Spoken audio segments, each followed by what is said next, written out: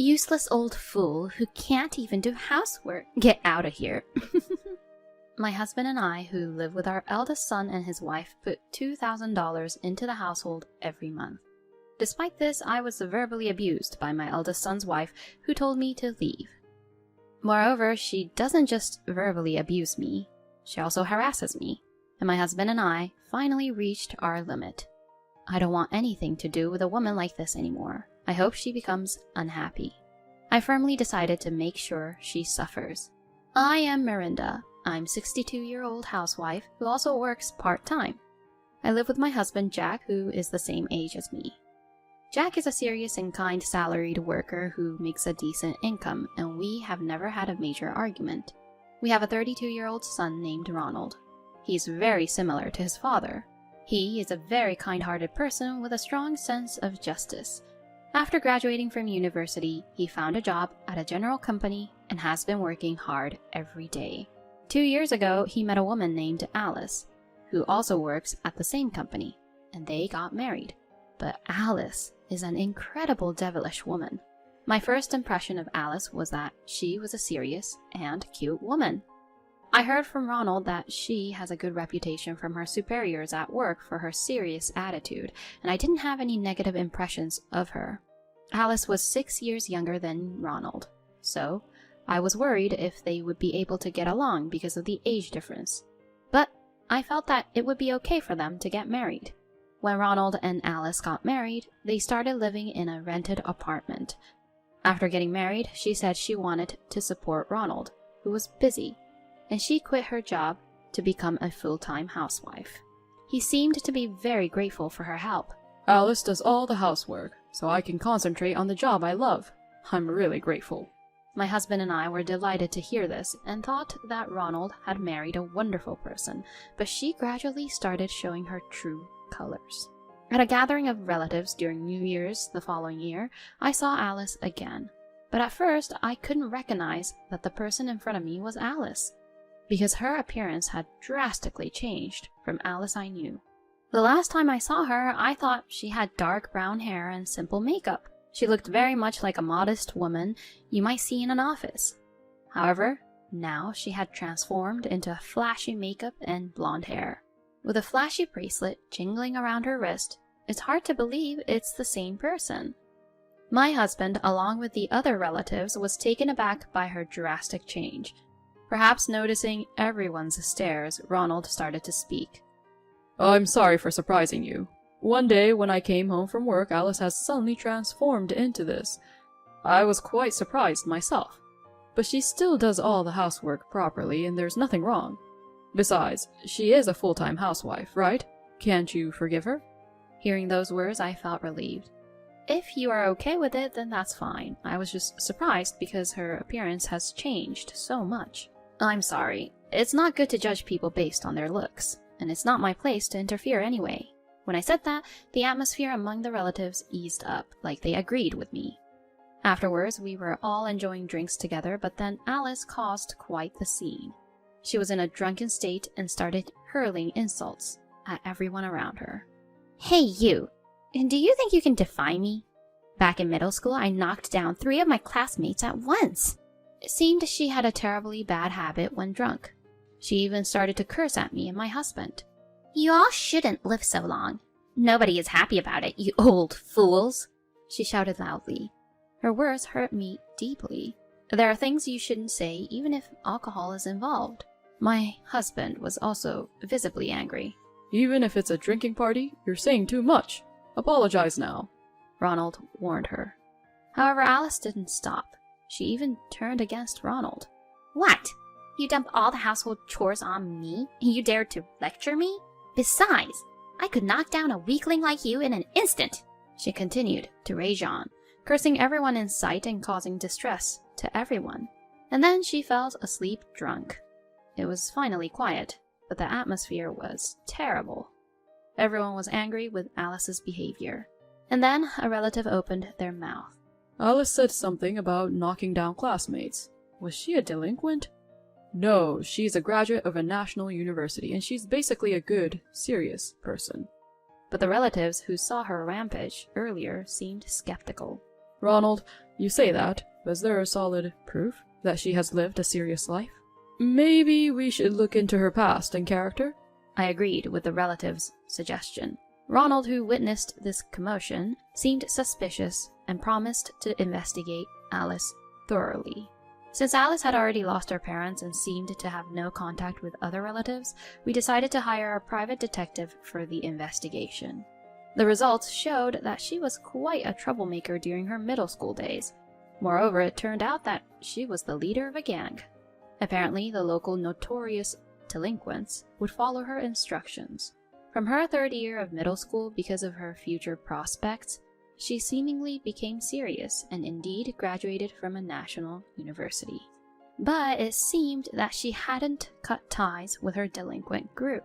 It was discovered that even now, when Ronald is not at home, she invites her delinquent friends over. What's more, it was revealed that she makes a big fuss in the house, and there have been frequent complaints to the apartment management company from the neighbors. She had been hiding her true nature, but she is actually quite the character. I can't believe it. Ronald held his head in disbelief, even considering divorce. However, Alice cried and apologized, saying, "I'm sorry, I absolutely need you. I promise to live earnestly from now on. Please, let's not get divorced," she sobbed, apologizing and returning to her previous appearance. She took out her phone and deleted the contacts of her delinquent friends right in front of him. She even apologized to each of the relatives she had troubled at the New Year's gathering, making phone calls one by one. She called me too and apologized many times. Upon witnessing her in that state, Ronald seemed to have a change of heart, thinking, "If she's willing to go that far..." They continue their married life without getting a divorce. About the marriage, it's a problem between Alice and Ronald, and as parents, we decided not to interfere and respect his decision. Actually, I met Alice in summer, and she seemed to have returned to the serious woman I met for the first time. I was relieved, thinking that it would be alright. And then one day, while I was lifting a heavy load at my part-time job, I suddenly felt a severe pain in my back and couldn't move from the spot. A fellow worker rushed me to the hospital, and I was told I had a severe case of low back pain and needed to take it easy for a while. When I told Ronald about this over the phone, he said, "Why don't you and Dad come and live with Alice and me?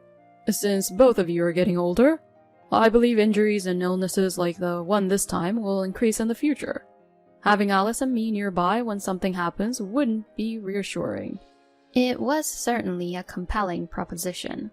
Once my lower back pain had healed, my husband and I had a discussion with Ronald and Alice, and we decided to move in together. As we were already living in a relatively large house, there was no problem accommodating in 4. We had Ronald and Alice move in with us, and we began our life together. Initially, everything seemed to go smoothly. Since Alice started taking care of half of the household chores, my burden has also been lightened. My husband and I decided to contribute $2,000 to the household from our salaries every month. It was a bit of a stretch for me, given that I only worked part-time, but we wanted to alleviate some of the financial burden on our son and his wife. But over time, Alice started to change. She began to complain of ill health and dumped the household chores on me. At first, I took over her duties out of concern for her, but she seemed perfectly healthy to me. She had a good appetite, and her complexion didn't seem bad at all. In fact, she looked healthier than ever. Moreover, the number of days she'd go out and not come back all day increased. "Alice, I don't mean to pry, but are you really feeling ill? You seem to be going out quite a bit, and you look perfectly fine to me." When I finally gathered the courage to ask, she glared at me with sharp eyes. "What? Are you doubting me? Don't mess with me, I'll hit you." I was speechless at her coarse language. And then I realized that she hadn't really regretted her previous actions. She had only pretended to be remorseful because she didn't want to break up with Ronald. She seemed to mistake my fear for weakness and sneered at me. "What? Are you scared? Well, I guess so. I've been quiet all this time, haven't I? But I've reached my limit. From now on, I'm going to express my individuality and be my true self. You know what will happen if you oppose me, right?" Perhaps this was how she used to threaten people when she was a delinquent. And because it had always worked for her, she continued to act this way even now, as an adult. If you asked me whether I was afraid of Alice, I'd have to admit I was. But I have lived for 62 years. I didn't get to this age for nothing. I'm not so weak as to be intimidated or bullied by a former delinquent. Maintaining an attitude of being unaffected by her words and actions, and said, "If your harassment goes too far, it could become a crime. I'm not your servant and I won't be pushed around. If you harm me, I won't hesitate to report you to the police," I said coldly. She seemed taken aback by my response, but quickly retorted, "Shut up, you old nuisance! I won't forgive you." At Alice's loud scream, my surprised husband and Ronald rushed in. They had been at home, as it was a holiday. I briefly explained the situation to them, and they both frowned. We all decided to have a talk. My husband told Alice, First, apologize to your mother-in-law. However, she didn't intend to apologize at all. Instead, she arrogantly crossed her arms and leaned back on the sofa. "What? Why should I apologize to this old fool? I agreed to live together because I thought I could offload the household chores onto her, but my burden hasn't decreased, and it's making me feel awful. All she does is get older and isn't helpful at all. There's nothing wrong with being angry at such a useless old woman." Myself, my husband, and Ronald were left speechless. How selfish could Alice be to have moved in with that intention? Then Alice began to say even more outrageous things.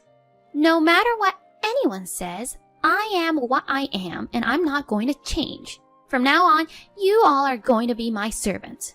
Oh, but I don't need my father-in-law and mother-in-law who can't even do housework. The senile fools should just leave." Upon hearing those words, I reached my limit and my anger peaked. I had no more patience for this woman.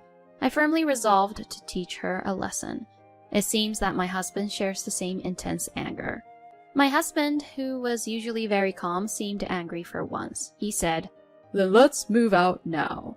I wanted to get away from Alice as soon as possible, so I agreed. Yes, let's do that. After that, my husband and I quickly packed our essentials and left the house. We told them we would come back later to collect our larger belongings. It seemed that Ronald was staying at home to talk to Alice.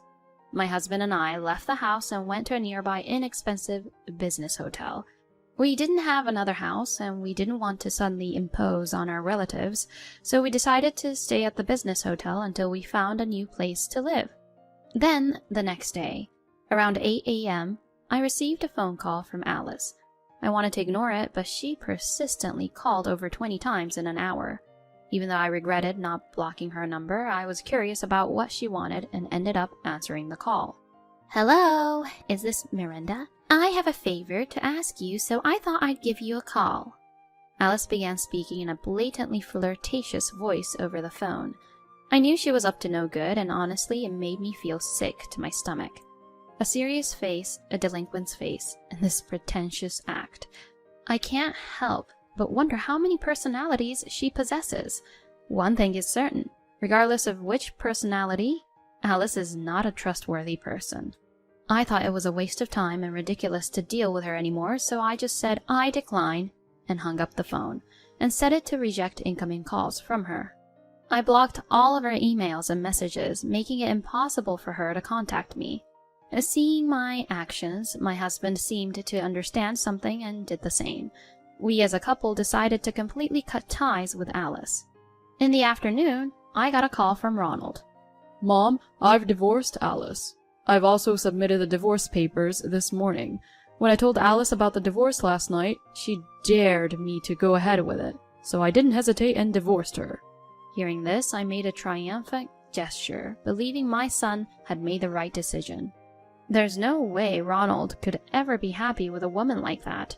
I told him that Alice had called dozens of times and for some reason was acting pretentious. Upon hearing this, Ronald told me in disbelief. She used to act all cute when things didn't go well with her boyfriend during her delinquent days to patch things up. She's really stupid to think that such childish trick would still work now. I agreed with his opinion. Despite claiming to be a graduate from a national university, she is psychologically immature and arrogant. I believe we made the right decision to cut ties with such a person. However, that wasn't the end of his story. And Alice, she was cheating too. What? Cheating? I couldn't hide my surprise. After all that she's done, she was also cheating. I thought her claims of being unwell were lies. She seemed perfectly healthy and I was bothered by her frequent outings. I had a feeling she was hiding something, so I hired a detective agency to investigate. And there she was, cheating with a man I don't know. I even have photographic evidence. Looking at the evidence photo that Ronald sent to my smartphone, there was Alice and a young man kissing on the street. The man had blonde hair and looked like a typical playboy. I'm serious about claiming compensation for damages from her and the guy she was cheating with. I've told her this as well. Well, she was full of confidence, saying, "Try if you can." I see. Then why did she call me? I don't know for sure, but I guess she was trying to find out where I was since I left. She didn't think I would leave and probably thought if she acted tough, I'd be there for her. But in reality, I've left, and she was probably flustered and trying to get close. I was at a loss for words. Well, regardless of the reason, I don't have the slightest intention of helping her. She should experience loneliness and suffer on her own. And then our new home was decided, my husband, Ronald, and I. Yes, we decided to live together in a certain apartment. We considered evicting Alice from the house and living there together there, but the house is too big and too much to manage for Ronald alone after we pass away. There's also a chance it could become vacant, so we decided to sell it instead. Ronald also agreed, saying, I'm not particularly attached to a single-family home, so I think it's okay to sell it. As a result, she would lose her place to live, but that's none of our concern anymore. Later, we decided to go back to the old house to retrieve the large items that were still there, along with our relative who offered to help.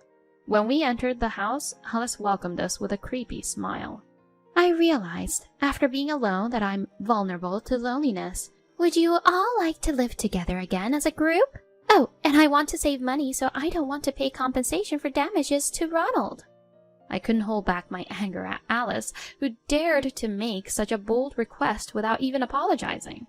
When you ask for a favor, you should normally be more humble. Stop being so flippant and arrogant. But regardless of how you ask, there's no way I'd listen to your request now. Following me, my husband also coldly said, We've decided to sell this house. Get out as soon as possible, and make sure to pay compensation for damages to Ronald. I can't love you anymore. I have no intention of getting back together, so stop it. Ronald also expresses his anger towards Alice. Then, seemingly considering it futile, Alice suddenly stops pretending to be innocent. At first, I was attracted to the stability of Ronald's income, and I thought I could relax if I got married and became a housewife. But now, I currently have absolutely no ulterior motives. I truly love you. Of course, I also need and cherish my in-laws, Miranda and Jack. No matter how beautifully she phrases it now, it wouldn't quell the anger of us. On the contrary, it only made us angrier. At that time, our relative, who had been silently watching the situation, intervened out of concern. Alice, you are the worst kind of person. If you have so much to say, why not try going one-on-one with me?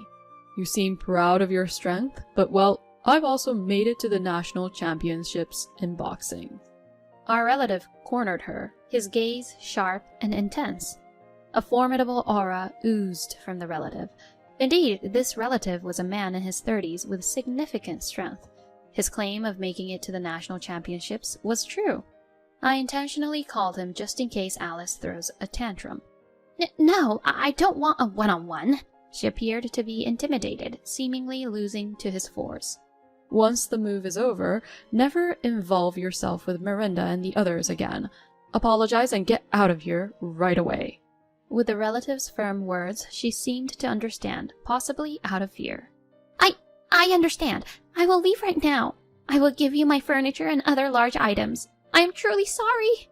She apologized and even pleaded to us, quickly gathering her things and leaving the house quickly. Seeing this, the relative laughed triumphantly. She can only be assertive towards those weaker than herself. When faced with someone she perceives as stronger, she quickly bows down. She's a classic example of a person with no backbone. My husband, Ronald, and I laughed out loud, watching her run away. The intruder was gone and preparations for the move progressed smoothly. Now we can safely move to our new home. Later, it seems that Alice rented an apartment and started living alone. Of course, Ronald claimed compensation as he had declared. Perhaps because of the notice through a lawyer, both Alice and her affair partner readily made the payment. They probably agreed readily because the opponent was a lawyer, a person of considerable power. As the relative has said, she can't stand up to someone stronger than herself. Since then, I have had no relation with her, but I have kept track of what she's doing, because she was reported to be arrested in the news recently. Combining the contents of the news, the information obtained from acquaintances, and my own experiences, her life seems to be as follows. Firstly, Alice's savings were almost depleted as a result of paying the compensation. She tried to get her lover to marry her and support her, but he disappeared without a trace, and contact was lost. She had no choice but to rejoin a general company, but she spewed abuse at her boss and resigned immediately. Then, unabashed, she came to me, my husband, and Ronald's workplace, begging for money. Of course, we three decided to completely ignore her and did not engage at all, so she eventually gave up and stopped showing up. Afterwards, Alice accumulated more debt and found herself in even greater financial trouble. Despite relying on her delinquent friends, it seems that no one was willing to help the fallen Alice. Enraged, Alice severely assaulted one of her delinquent friends and was finally arrested and sent to prison. Upon hearing that story, both my husband and Ronald thought, "Serves her right." She has been a troublemaker since her student days.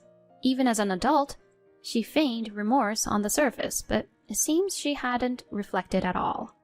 For a woman like her, perhaps prison is the right place. I hope she re-evaluates her past actions. Now I'm spending peaceful days with my husband and Ronald. Currently, the three of us are getting along and planning a trip for the upcoming holidays. The apartment is smaller than a single-family house, which makes cleaning easier, and it's also convenient as it's near the station. I genuinely think moving was the right decision. I want to continue living peacefully with my family.